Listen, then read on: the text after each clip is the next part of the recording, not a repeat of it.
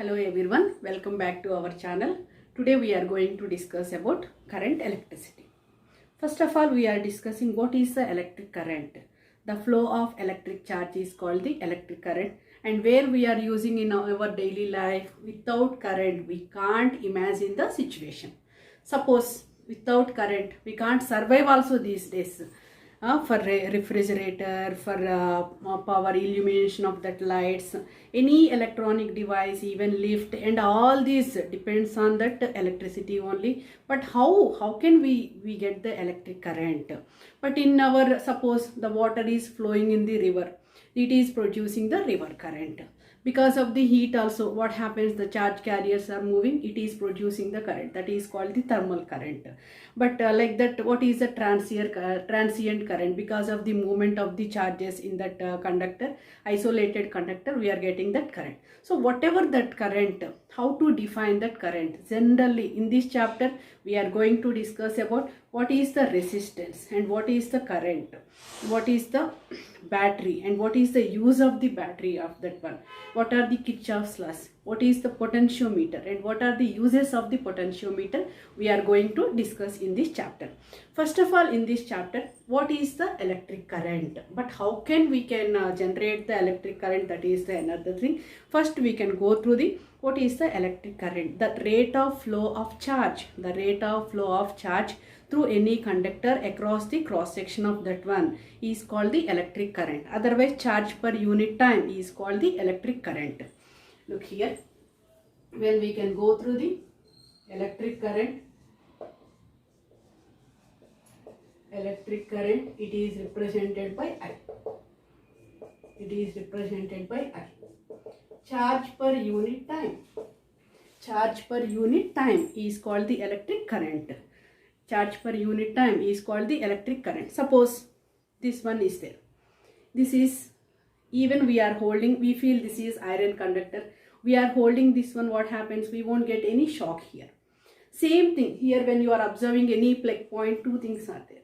Two are there. One is, so it is used to close the circuit and it is giving the current. Why it is producing the current? And how to calculate the current, everything we are discussing in this chapter. And beginning of this, current equals to charge per unit time is called the current. Then what is the unit? It is one of the fundamental physical quantity. Unit is amperes. Unit is amperes. And one more thing we should remember here, it is the scalar quantity. It is the scalar quantity, but it has the direction. It is flowing from positive charge to negative charge, direction of the current. But the direction is there and magnitude is there, but even though we are calling this is the scalar quantity. Why it is calling the scalar quantity? See, unit is ampere. Dimensional formula is ARI. We can represent any alphabet here.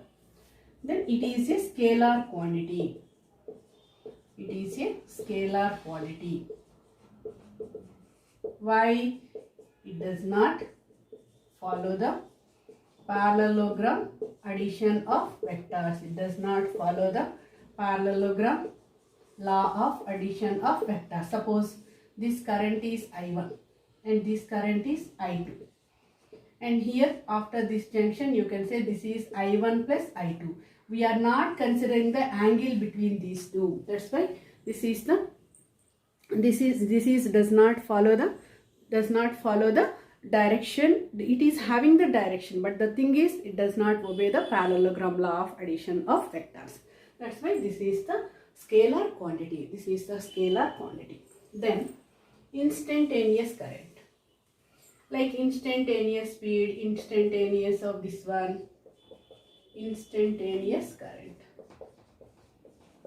The rate of change of charge is called the electric current.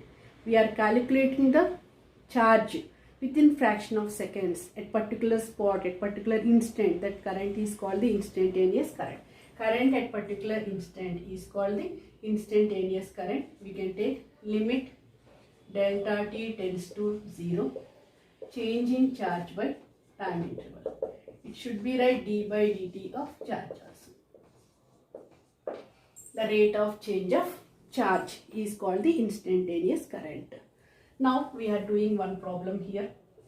I we should write it generally Q by T, but from the quantization of the charge, instead of Q you are taking Ne by T also.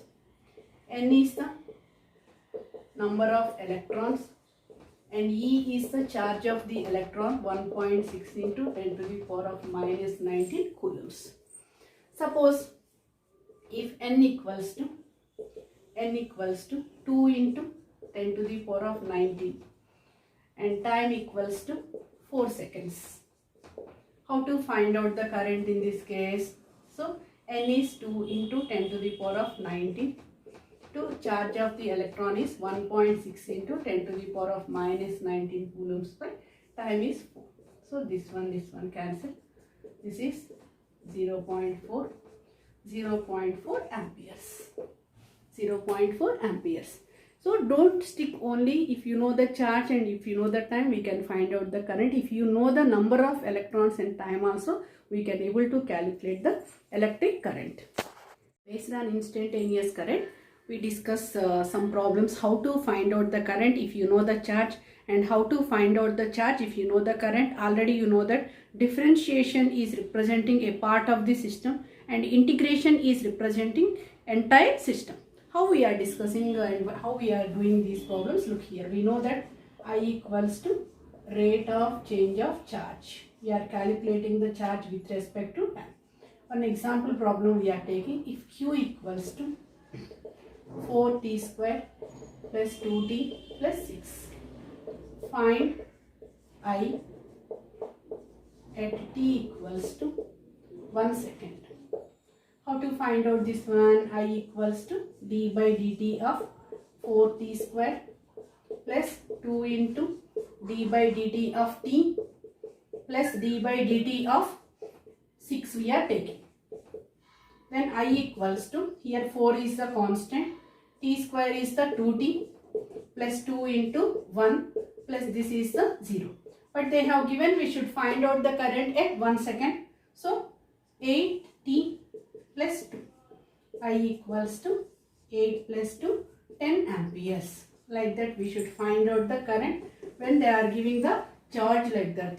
Then if I equals to dq by dt. Here how to find out the charge? We do the cross multiplication, dq equals to I dt. Both the sides we should take the integration, dq equals to integration of I dt. Here this one cancel, q equals to integration of I dt. Suppose if I equals to 2t square, 2t plus 4t cube plus 8. Find charge